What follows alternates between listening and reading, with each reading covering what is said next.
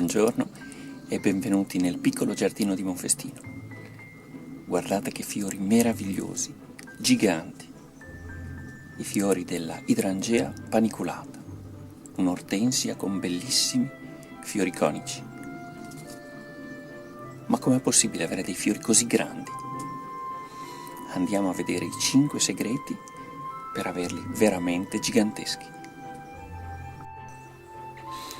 Intanto cominciamo col dire che questa è un'idrangea paniculata, cioè, come dicevo prima, un'ortensia con fiori a panicolo, fiori conici.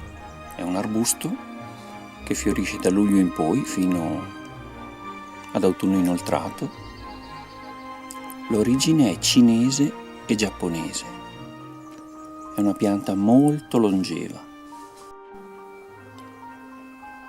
La pianta è resistentissima al gelo e come al solito abbiamo compagnia, la compagnia di Rodrigo in particolare, che si confonde quasi tra il bianco dei fiori.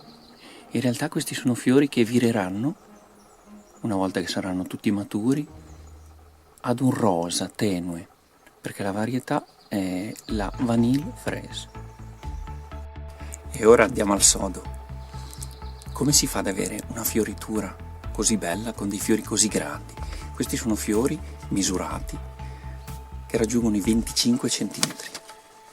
Allora, intanto il primo segreto, neanche troppo segreto, è di innaffiarle molto, anche 2 volte al giorno in periodi estivi così caldi.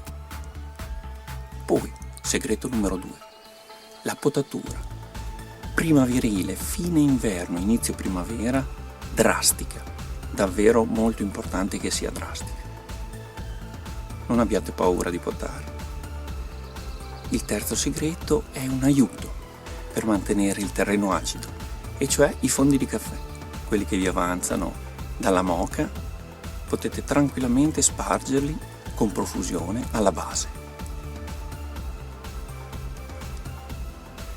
Un'altra cosa molto importante, consideriamo il quarto segreto, è l'esposizione. Questa non è una pianta da pieno sole, ma preferisce la mezz'ombra, quindi attenzione, mezz'ombra.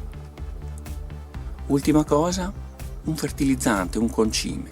Noi usiamo un concime naturale, è un segreto per tante delle nostre piante, ed è l'humus di lombrico.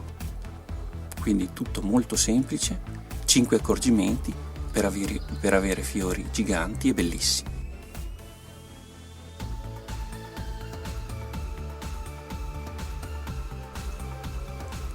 E naturalmente ricordate, qualunque giorno sia, rendetelo bello.